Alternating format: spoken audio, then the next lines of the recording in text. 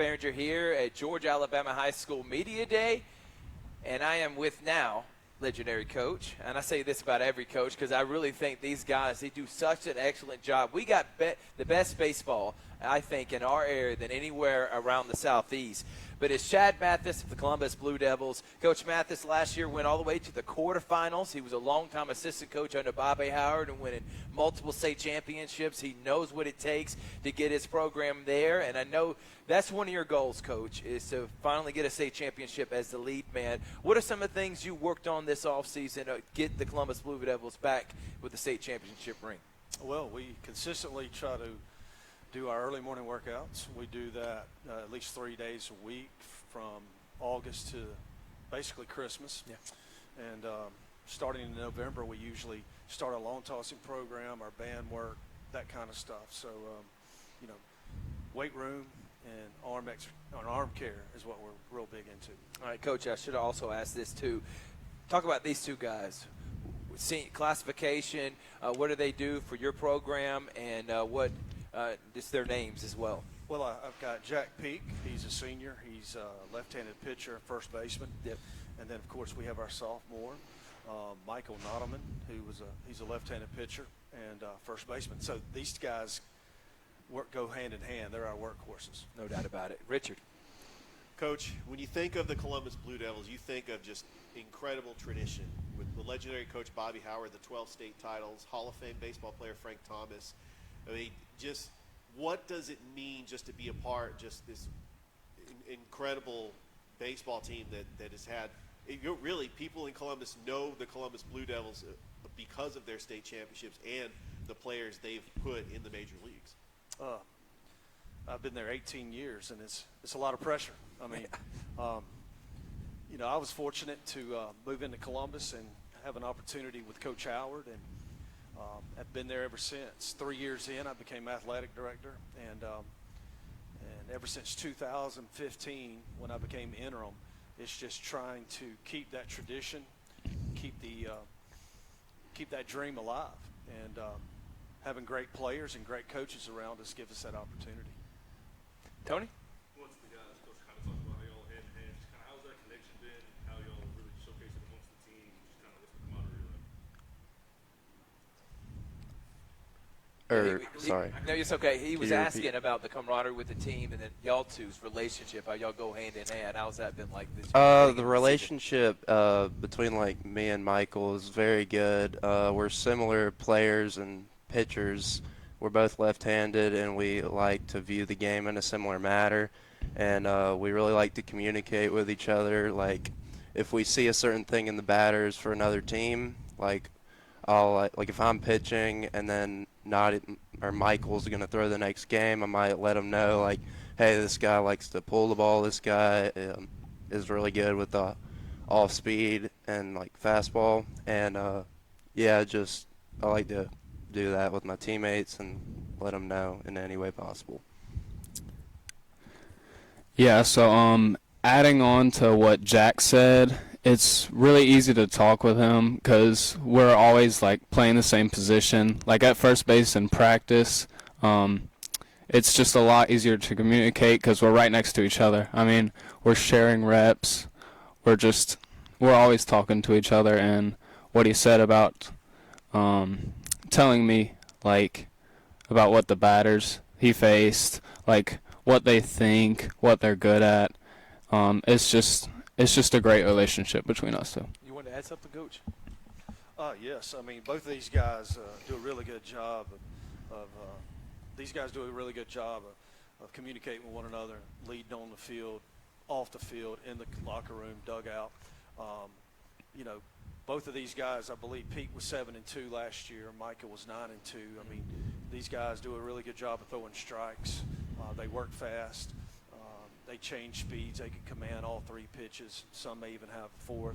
So I think our biggest challenge as a staff is finding a group of guys who can come in and compete and throw strikes, not walk folks, win the freebie war, and at least compete to win region games. I mean, don't get me wrong, we go out and we try to win every game we can. Right. But early in the year, we want to see what we have, and we're going to give guys an opportunity. And what we're trying to do is narrow everything down and who's our best to put in those region games. And then once we get past region, who are we going to use to compete for the state? What are their roles going to be? Who's going to be our middle relief? Who's going to be our closer? So all these questions early in the year is just really us trying to figure out who we are. We're trying to find our identity. And these guys, I'll be honest, Michael on the end as a freshman, we threw him probably in the biggest game, one of the biggest games we had last year against Auburn. They're usually traditionally sound, you know, a lot of prospects. Yeah. Michael comes in, freshman, takes the ball, goes out there and just does his thing. And I'm not saying we won that game, but the composure that he had, the way he competed in that game was just – it didn't even faze him. And so that, to me, that said a lot. And we started using him in more and more roles throughout the season. And then, of course, Pete came in last year in a big game against Thomasville and just shut the door. And at that moment, I was like, we've got a shot here to see how if we can propel ourselves deep into playoffs. Yeah, and I'm hoping that for this year too, Coach. And you made the mention, and I'm going to piggyback off of it a little bit, talking about the experiments that it seems like a lot of you coaches do in the first 15 to 20 games, because when it comes to region or area for Alabama, you don't want to be experimenting anymore. You want to know what your rotation is going to be like, who you can put in certain situations. So are you okay with taking some lumps in the road, some losses early on, knowing it's going to help you maybe for that state championship run? Absolutely. I've never really chased wins and losses because at the end of the day, we schedule some of the toughest competition in the area, Atlanta, South Georgia. And, you know, I look at that schedule each year and I'm like, Who's made this? Who made this schedule? Who's this? Who are you? Right. You know, so, you know, having that opportunity to put our guys in winnable situations to compete for, you know, a starting job and, you know, taking our lumps along the way, hoping that we will build that composure, that mentality, that mindset that it doesn't really matter who we play because we're really competing against ourselves. And, you know, matter of fact, we had a scrimmage yesterday. Okay. And I was writing down things after every inning, and I thought I was going to have to go get another card. I could tell you after the game I'm just going on and on about things that we didn't do well. But at the same time, there was a lot of things that we did do well. I might not harp on those as much as I do the bad things, but it's because I like to bring that information to them and let them think about it, because if we continue to make these mistakes, we're not going to put ourselves in a situation to be successful. So I think that's a great answer, Coach, and thank you for telling us about the scrimmage game. I feel like a lot of you coaches are doing that, especially early on in the season. Richard.